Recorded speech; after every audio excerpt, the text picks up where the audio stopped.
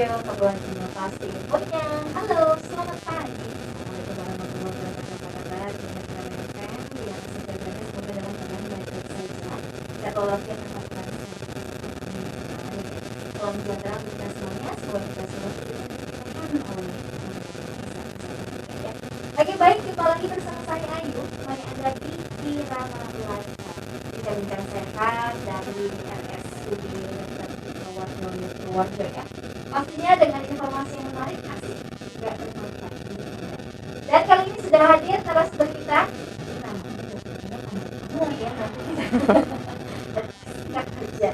Oke, yang mengisi hari ini adalah Dr. Adis Azizi Marabita, selaku dokter umum di RSUD Purworejo.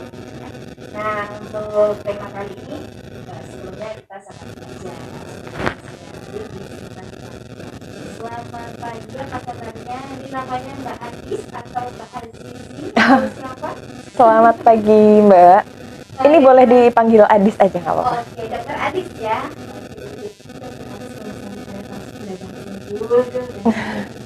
Memang masih muda kok Mbak. Ya terlihat lagi memang masih muda.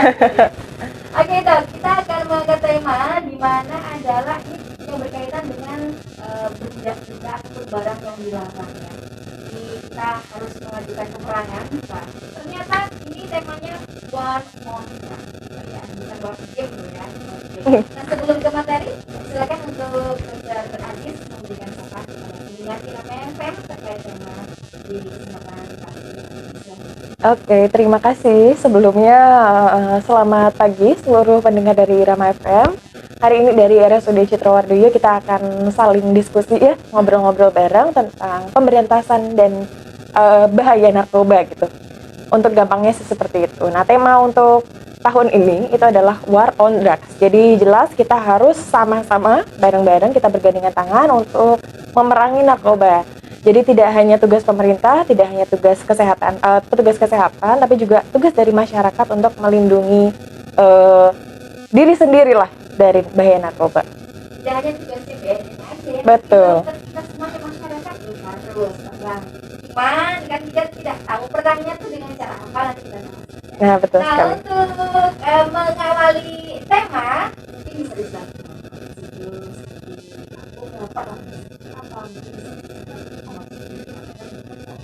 Oke, jadi seperti yang kita tahu ya, bahaya narkoba itu banyak sekali dan ada beberapa strategi pencegahan. Tapi sebelum masuk ke lebih dalam, mungkin kita akan perkenalan dulu kira-kira agar lebih engage gitu ya, agar lebih dapat tentang materinya. Jadi untuk saat ini Indonesia itu dalam posisi darurat narkoba. Ini dalam posisi darurat narkoba, sementara untuk menuju generasi Indonesia emas di 2045 ini kita harus memerangi narkoba karena merupakan salah satu yang menurunkan produktivitas dari masyarakat ya, tentu saja. Untuk potret permasalahan narkoba di Indonesia ini kompleks sekali.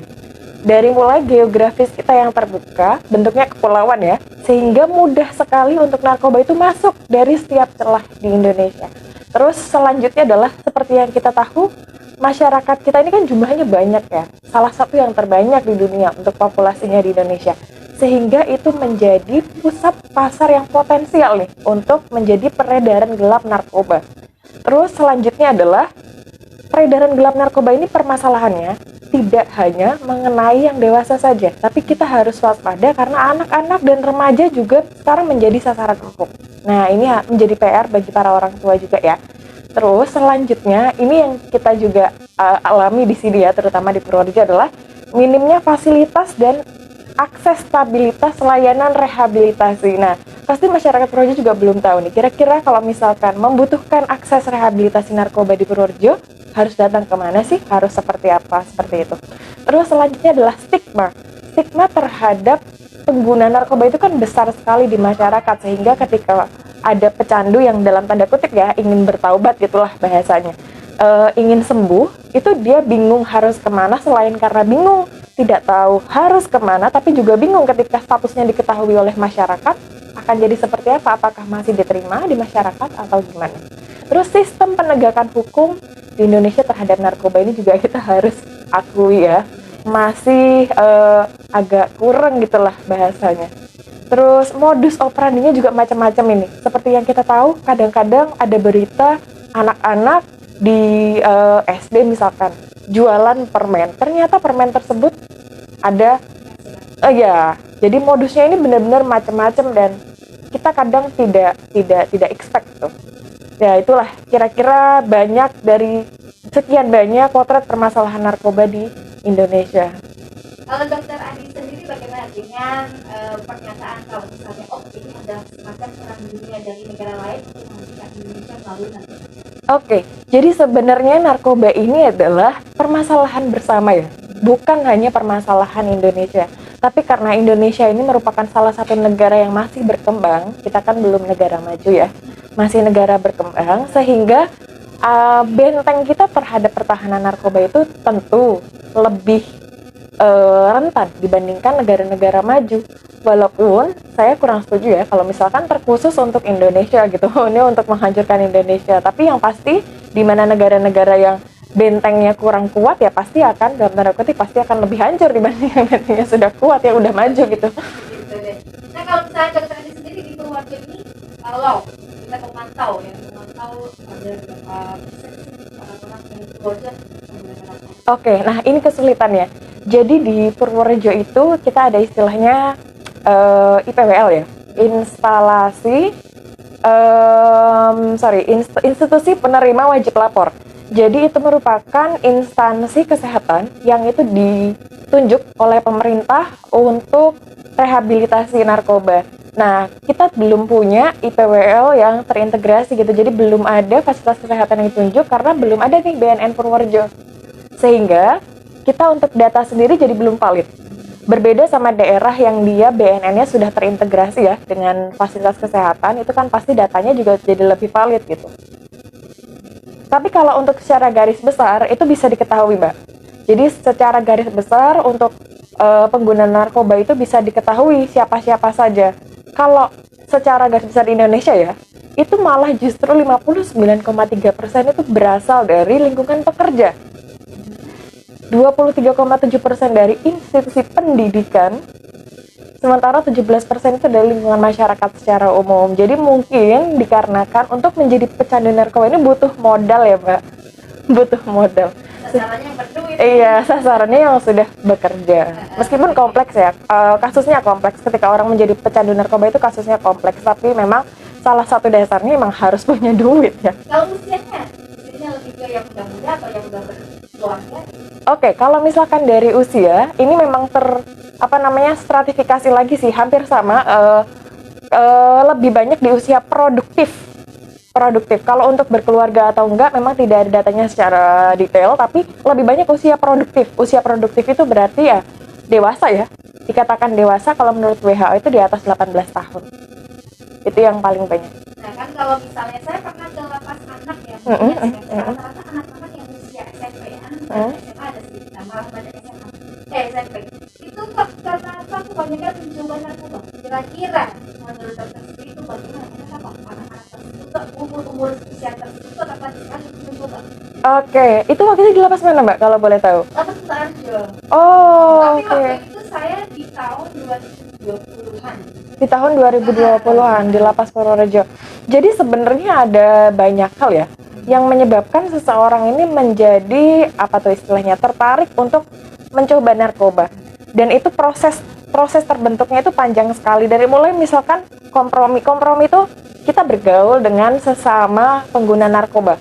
Nah, ketika kita punya rasa kompromi yang besar, kita akan ya udahlah, nggak apa-apa, namanya teman kok, kita akan terima baik buruknya gitu. Sementara sebenarnya dalam proses berteman itu kan nggak bisa hanya lihat seperti itu ya, kita juga harus punya benteng terhadap diri sendiri. Lalu coba-coba, karena anak-anak remaja ini masih dalam proses mencari jati diri, biasanya mereka bentengnya masih kurang kuat nih, sehingga proses mencoba-coba itu menjadi sering dibandingkan kita yang sudah dewasa, yang kalau dalam bahasa medis itu ibaratnya kayak kita di bagian otak itu tuh ada yang namanya prefrontal cortex untuk istilahnya eksekusi hal-hal yang butuh rasionalitas gitu. Nah, pada anak-anak yang remaja tanggung, usia-usia segitu kan remaja tanggung ya bahasa awamnya. itu prefrontal cortexnya belum terbentuk sempurna, sehingga mereka dalam proses mencoba-coba itu tidak diimbangi dengan kemampuan berpikir rasional. Nah, ketika mencoba tidak ada kemampuan berpikir rasional, terus juga ada toleransi dengan teman bermain, itu akhirnya menjadi kebiasaan. Nah, setelah menjadi kebiasaan ini yang sulit, Mbak. Karena kalau kita dalam proses mencoba-coba atau kita masih kompromi, ada teman kita pakai, tidak ada teman kita bisa aja tidak pakai. Tapi kalau sudah jadi kebiasaan, mau ada pencetus, tidak ada pencetus, narkoba itu kan candu sifatnya. Dia punya efek toleransi yang tinggi, sehingga dia akan pakai terus. Kalau sudah lepas pengaruhnya pun dia sudah terpengaruh dalam dirinya sendiri gitu. Sehingga itu akan terus sampai nanti puncaknya adalah ketergantungan, menyebabkan sakau, kerusakan organ tubuh. Kalau nggak pakai bisa sakau, ya tahu ya kalau seorang sakau seperti apa, menggigil, seperti kayak orang sakaratul maut lah istilahnya. Sehingga mau nggak mau kan harus pakai terus. Iya dong. Jadi ada keuntungan bagi pengedar ya. Nah, betul. Langsung dia mencari, bakal cari. Betul. Nah, ini yang menarik juga, beberapa pengedar ini ternyata adalah juga pemakai. Ya, kebanyakan seperti itu. Maksudnya gini, kadang kita kalau jualan, kita tahu barang kita nggak bagus kan kita nggak pakai ya. Tapi di satu sisi mungkin karena pengedar itu juga pemakai itu sudah terlanjur terjerumus, sehingga untuk muter duitnya, muter barangnya juga akhirnya terjerumus menjadi pengedar. Kalau misalnya pengedar, saya pernah mendengar berita yang mungkin di kita lebih pernah, pengedar itu adalah pembantu rumah tangga yang memang membeli perempuan. Itu bagaimana kok kenapa dia nggak pakai, tapi dia mengedarkan gitu, tapi memang perempuan. Oh, oke. Betul. Jadi memang ini ya, peredaran bisnis narkoba ini memang kita kalau bisa bilang dalam tanda kutip menguntungkan ya. Sebenarnya menguntungkan. Cuman kan ini sesuatu yang ilegal ya. Di dunia ini justru malah hal-hal yang tidak baik itu pasti lebih enak dong. Lebih enak rendang atau sayur bayam? Lebih enak rendang kan? Pasti sesuatu yang dalam tanda kutip tidak baik itu pasti lebih menggiurkan gitu. Karena kebutuhan ekonomi terhadap itu akhirnya banyak kok yang terjerumus entah hanya menjadi kurir, entah menjadi, mungkin kalau pengedar kalau tidak memakai terus jadi pengedar gitu mungkin akan sulit ya. Biasanya justru kasusnya adalah jadi kurir, Mbak. Kalau kurir itu kan sekedar perantara ya, ibaratnya orang ketiga gitu. Reseller lah kalau kita bahasanya sekarang online shop itu mungkin. Nah, dari dokter sendiri kan biasanya kalau dari BNS sendiri kan melakukan strategi yang soft lah, soft power, hard power, dan sampai yang smart power dan dilakukan. Kalau dari ranah kedokteran itu bagaimana? Ada strategi yang ingin dilakukan juga? Oke, sebenarnya gini Mbak, untuk sampai ke proses seseorang menjadi pecandu narkoba itu adalah suatu hal yang kompleks. Bisa jadi seseorang tersebut adalah orang-orang yang tidak memiliki coping mechanism yang bagus, tidak memiliki mekanisme pertahanan diri yang bagus. Sehingga ketika ada masalah, dia lari mencari sesuatu. Narkoba ternyata ketemunya. Terus bisa jadi orang tersebut juga memiliki tipe-tipe kepribadian tertentu yang membuat dia mudah goyah. Memang ada tipe-tipe kepribadian tertentu yang seperti itu, yang mungkin berasal dari pengasuhan, berasal dari kesalahan pengajaran dan lain-lain, sehingga semuanya tuh harus integratif gitu, tidak hanya dari kedokteran. Ya kedokteran pun bisa sih, karena kita kan ada ilmu psikiatri juga ya, kita ada ilmu jiwa juga di situ.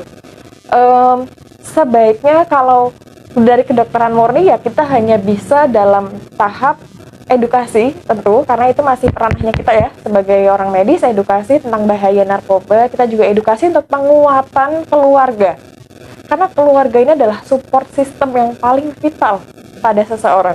Seseorang kalau tidak punya tempat kembali itu kan pasti akan mencari tempat kembali yang lain yang nyaman buat dia, sehingga penguatan keluarga itu juga jadi vital. Yang ketiga adalah penguatan spiritual ya.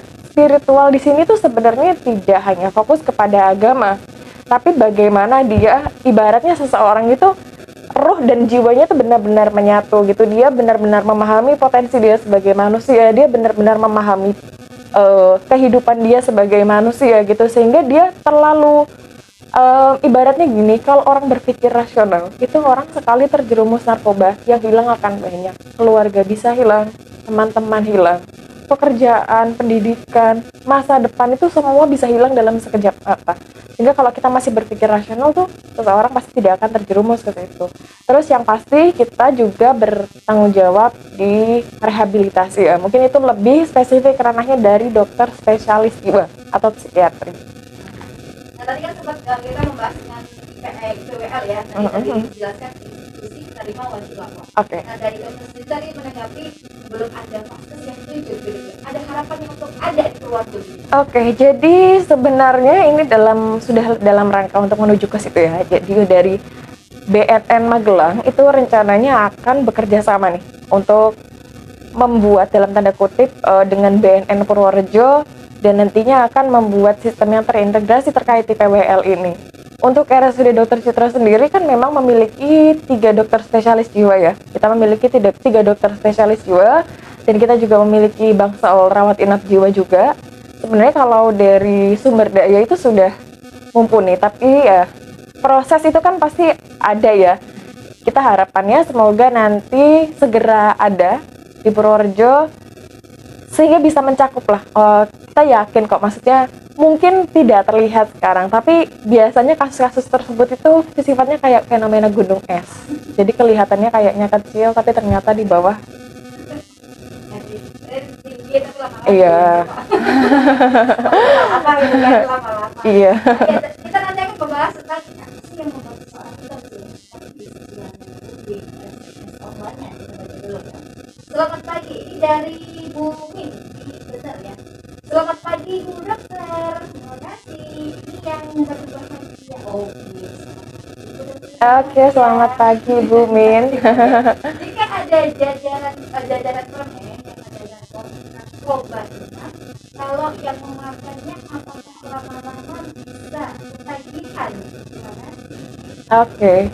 Proses ketagihan itu tidak dibangun sehari ya, sehari 2 hari, itu memerlukan proses yang panjang. Tapi yang pasti, yang masalahnya adalah bukan hanya masalah permen yang dijual, tapi sebenarnya itu adalah masih ada tugas pemerintah, masih ada tugas sekolahan, masih ada tugas kita semua untuk mencapai titik di mana jangan sampai permen tersebut dijual. Karena kalau kita hanya mengandalkan anak kecil untuk nggak beli jajan itu kan sulit sekali ya. Nah, kalau balik lagi ke pertanyaannya tadi, apakah langsung menyebabkan kecanduan? Tentu tidak, karena proses kecanduan itu kan tidak dibangun sehari 2 hari. Tapi apakah punya potensi untuk menyebabkan kecanduan? Tentu iya, karena kan tujuannya justru ke situ. Oke, terima kasih. Tapi kalau misalnya saya menyangkut ketika kita ada pengedaran permen, kenapa permen itu bisa masuk? Apakah dari kalau misalnya makanan dicek kemana dulu itu nggak lolos, nggak konangan gitu bahasanya? Karena modus operandinya itu kan memang berganti-ganti ya Mbak. Modus operandinya harus kita akui itu berganti-ganti, bahkan kelolosan pun ya nggak sekali 2 kali kan kasusnya. Toh kalau jajanan di sekolah itu sekarang gini, yang namanya makanan itu kan harus lolos dari verifikasi Badan POM ya. Tapi coba kalau jajanan di sekolahan itu misal yang jual cilok gitu, apakah yang jual cilok lewat verifikasi Badan POM? Kan enggak. Sehingga untuk mengawasi satu persatu itu juga butuh sistem. Saya bilang butuh sistem ya, itu sulit tapi bisa, asalkan ada sistem yang terintegrasi. Oke.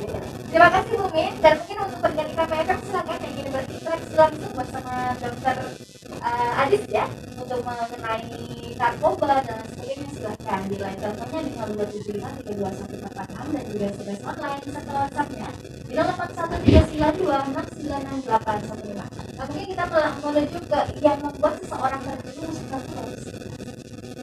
Ada banyak. Tadi sudah saya singgung terkait banyak ya, ada toleransi, ada kebiasaan dan lain-lain. Tapi yang pasti adalah dari semua titik, dari semua aspek itu harus kita waspadai. Jadi penting bagi kita untuk membesarkan generasi yang dia kuat mental dan kuat jiwa raga lah ibaratnya, sehingga tidak mudah terjerumus oleh narkoba. Karena seperti yang tadi saya jelaskan tuh ada banyak ya mekanisme coping yang tidak baik, terus mungkin personality yang juga lemah, support system dari keluarga yang kurang, terus pendidikan yang juga kurang gitu, sehingga edukasi ke masyarakat ini harus gencar. Karena kadang orang kan memulai sesuatu itu tidak lihat goalsnya di belakang itu apa. Kalau misalkan mungkin ketika sudah paham bahwa oh ternyata ketika mencoba, walaupun hanya mencoba sekali dua kali, ternyata efeknya di depan sana tuh luar biasa, luar biasa. Nah itu mungkin akan membuat seseorang menjadi punya punya benteng. Jadi banyak banget yang menyebabkan seseorang bisa menjadi pecandu narkoba. Tanpa nama ada dari 8777. Selamat pagi dokter. Bagaimana kalau misalnya sudah direhabilitasi penghasilan aja, apa aja sih yang dilakukan? Oke, jadi untuk rehabilitasi itu nanti, maksudnya yang apa yang dilakukan saat rehabilitasi gitu ya. Jadi untuk rehabilitasi ini tergantung dari jenis napsa yang digunakan. Kita pakai istilah narkoba napsa ya. Tergantung dari jenis yang digunakan gitu. Pada beberapa jenis nanti biasanya dilakukan tapering off. Seperti yang saya sudah jelaskan bahwa narkoba itu kan menyebabkan kecanduan. Saya kasih contoh ya, ibaratnya penggaris, kita buat vertikal gitu ke atas. Mungkin nanti batasnya ada di 2 cm. Kita merasakan narkoba itu enak. Nanti beberapa lama kemudian naik ke 4 cm, sehingga dosisnya harus naik. Nanti beberapa saat kemudian naik ke 6 cm segala macam, sampai benar-benar tinggi sekali dosis toleransinya. Kalau sudah sampai tinggi seperti itu, terus menyebabkan sakau, kita rehabilitasi, kita nggak bisa langsung jeglek biarkan orang tersebut lepas dari narkoba. Kita pasti akan tapering off. Nah, tapering off yang kita lakukan di sini adalah mengganti substansi narkoba tersebut dengan substansi-substansi yang memang biasanya kita gunakan di rumah sakit ya, di medis sebagai obat-obatan. Karena memang ada beberapa golongan yang kita gunakan sebagai obat-obatan medis di rumah sakit. Nah itu biasanya kita ganti, substansinya kita ganti, dosisnya kita turunkan pelan-pelan. Sehingga dalam proses melepas itu tersebut, pasien tidak merasakan sakau yang benar-benar mengganggu. Pasti ada proses sakau itu ya, pasti ada. Proses yang menyakitkan dalam proses melepas itu pasti ada. Tapi itulah yang butuh komitmen. Sehingga gini Mbak, ini titik berat juga. Sulitnya adalah ketika sudah sekali menjadi pecandu narkoba, itu kemungkinan relapse-nya tinggi sekali. Walaupun sudah dilakukan rehabilitasi. Sehingga sebaik-baiknya obat adalah mencegah untuk kita masuk ke dalam lingkungan narkoba tersebut.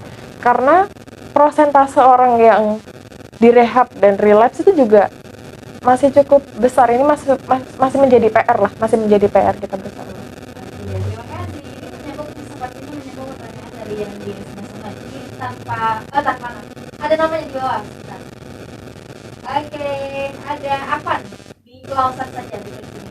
Kalau misalnya saya tidak dengar, kalau misalnya di rumah sakit itu ada narkoba, cuma kebutuhannya berbeda. Nah, kalau misalnya yang sudah terkena narkoba, apakah memang dipancing dengan narkoba tersebut yang ada di rumah sakit?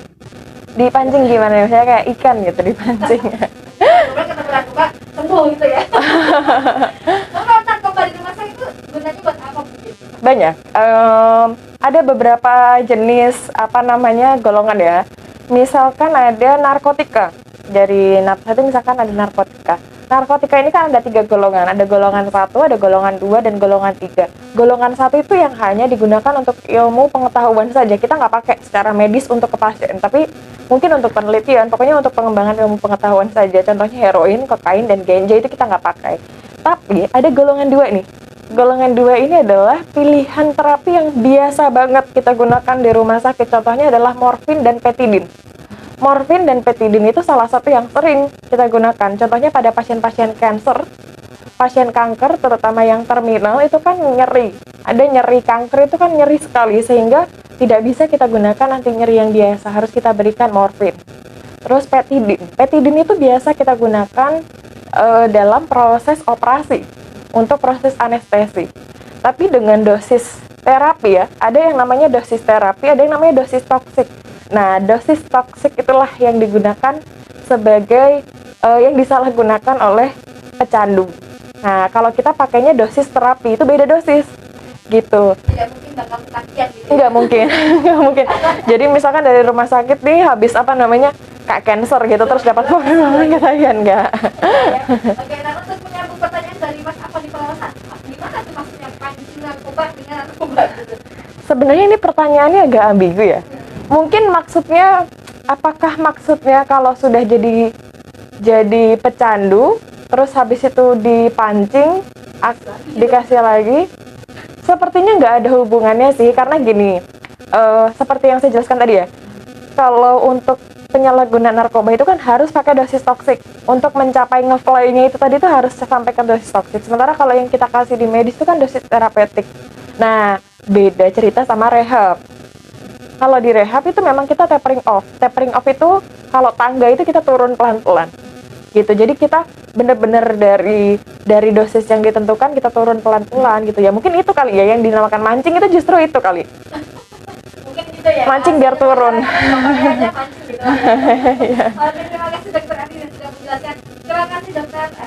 Terima kasih Mas Aman di Pelonton yang sudah bergabung bertanya berinteraksi langsung melalui WhatsApp-nya. Nah, mungkin kalau saya ini penasaran aja. Kenapa ada yang di penjara, ada yang direhabilitasi? Oke. Bedanya apa? Nah, ini yang kadang membuat orang jadi takut ya untuk melapor. Takutnya kayak masuk ke kandang harimau gitu, ngelapor malah di penjara. Jadi ada beberapa faktor kenapa ada orang yang di penjara, ada yang tidak gitu. Jadi kalau dia statusnya sebagai penyalahguna itu kan pecandu ya berarti. Ketika dia statusnya pecandu, dia tidak memiliki barang yang banyak di sini kalau berdasarkan undang-undang itu kalau nggak salah sekitar 5 gram. Dikatakan banyak itu di atas 5 gram. Kalau dia sifatnya hanya pecandu, tidak nyimpen barang gitu ya, karena kalau nyimpen barang kan berarti dia sudah pengedar. Itu ketika dia melaporkan secara sukarela, itu akan dibantu diberikan haknya, ini hak loh ya, kita berikan haknya untuk rehabilitasi. Kalau misalkan dia tertangkap, nah ini beda. Kalau pecandu tersebut sampai tertangkap, nah itu akan diproses hukum. Nanti proses hukumnya yang akan menentukan apakah si orang ini direhabilitasi atau dikenai sanksi pidana. Nah, permasalahannya adalah pusat IPWL-nya untuk benar-benar kita bisa menyerahkan diri itu di sini yang belum terintegrasi. Harapannya ke depan mungkin bisa ada ya. Kan bisa ada nggak pasien-pasien seperti itu? Gimana gitu, ada nggak? Kalau yang lapor secara sukarela gitu kok belum ada ya. Belum ada. Mungkin karena edukasi di masyarakat juga kurang kali ya. Maksudnya gini, saya yakin kok di luar sana pasti akan ada penyalahguna yang merasa bahwa dia salah langkah dan ingin kembali, itu pasti ada. Tapi mungkin mencari jalan keluarnya itu yang nggak ketemu. Kalau saya pribadi belum pernah ketemu sih yang kayak gitu, tapi kalau yang ketemu dan saya curiga memakai itu ya ada, pasti ada kalau kayak gitu. Boleh saya sekalian, kalau misalnya itu bisa gimana? Kalau misalnya udah mau bilang mana gitu, mas bagaimana? Oke, kalau untuk melaporkan diri itu ke fasilitas kesehatan yang ditunjuk ya, yang ditunjuk oleh pemerintah dan bekerja sama dengan BNN. Karena di Purworejo sini belum ada, itu paling dekat Magelang. Iya, seperti kayak contohnya di RSJ Magelang ya. RSJ Magelang itu juga banyak kok di situ apa namanya pecandu, penyalahguna yang direhabilitasi. Terima kasih, ini mungkin jadi pertanyaan terakhir yang kita sekali loh sebenarnya kalau misalnya kita lebih luas. Ini dari 1132 tanpa nama. Kalau menurut dokter lebih bahaya mana? Orang yang menyalahgunakan narkoba atau menghirup lem dan bensin? Nah, ini harus saya jelaskan, tadi belum sempat saya jelaskan ya. Kita kan ada namanya NAPSA, narkotika, psikotropika, dan juga zat adiktif. Zat adiktif itu adalah zat yang menyebabkan kecanduan. Sayangnya, lem itu adalah salah satu juga yang masuk ke dalam NAPSA. Ya, dia masuk ke dalam golongan zat adiktif. Sehingga kalau ditanya bahaya mana, ya dua-duanya sama-sama bahaya. Nggak usah dicari yang lebih nggak bahaya gitu. Apakah yang nggak lebih bahaya mau dipakai? Kan nggak juga. Atau karena memang ada barangnya cepat. Karena coba dicari ya. Tapi dua-duanya sama. Lem itu pun dia masuk ke dalam zat adiktif. Sehingga perlu tapering off juga untuk bisa lepas.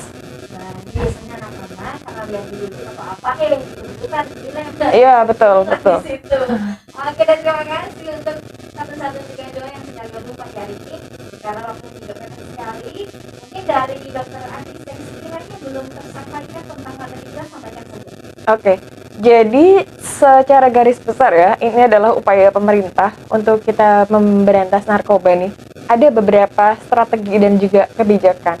Yang pertama adalah komitmen dari diri sendiri.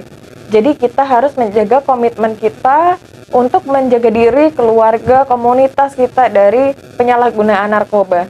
Jadi tidak hanya kita menuntut ya, kita tidak hanya menuntut, tapi kita juga action gitu. Terus regulasi anti narkoba. Nah, kita sebagai masyarakat itu juga tidak bisa hanya gerak sendiri. Kita butuh regulasi dari pemerintah untuk membuat sistem tersebut menjadi kompak lah ibaratnya.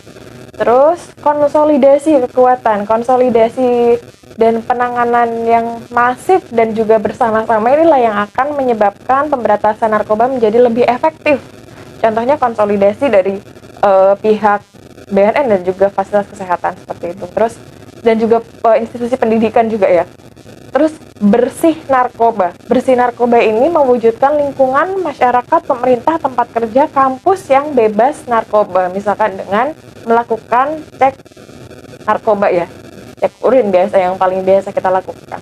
Terus deteksi dini.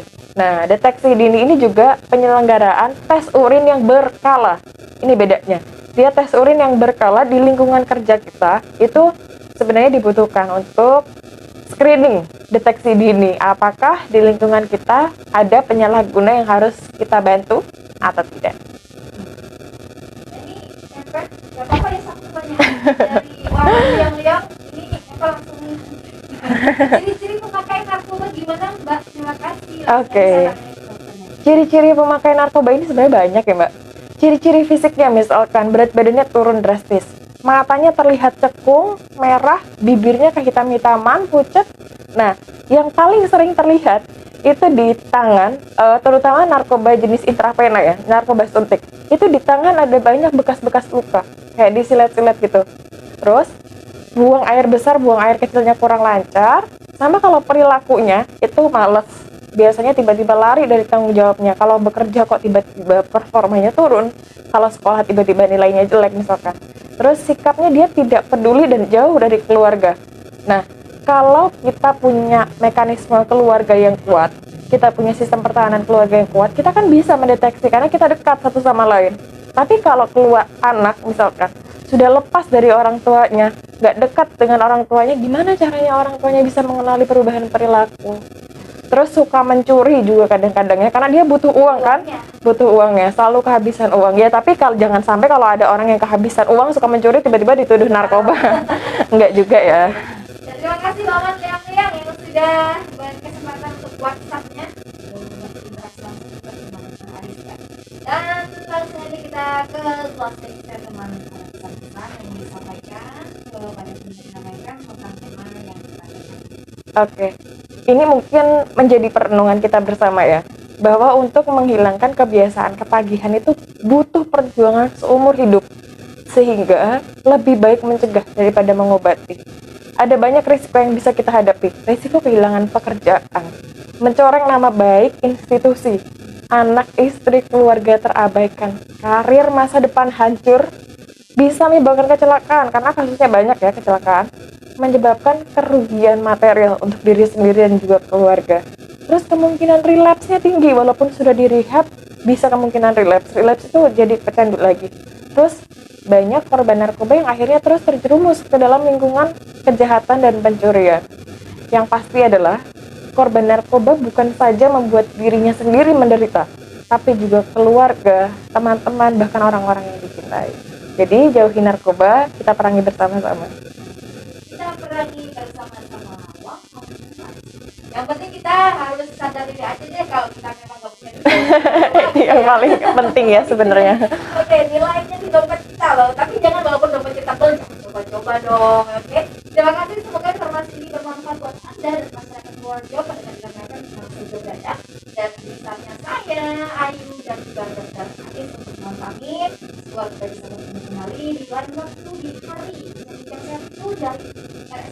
beberapa kuliah hari Kamis mulai dari jam 8 sampai jam 8.30 waktu Indonesia Barat. Dan jangan lupa juga masih barengan saya Ais Mananda di live informasi tips dan juga dengan divisi dengan kami. Assalamualaikum warahmatullahi wabarakatuh.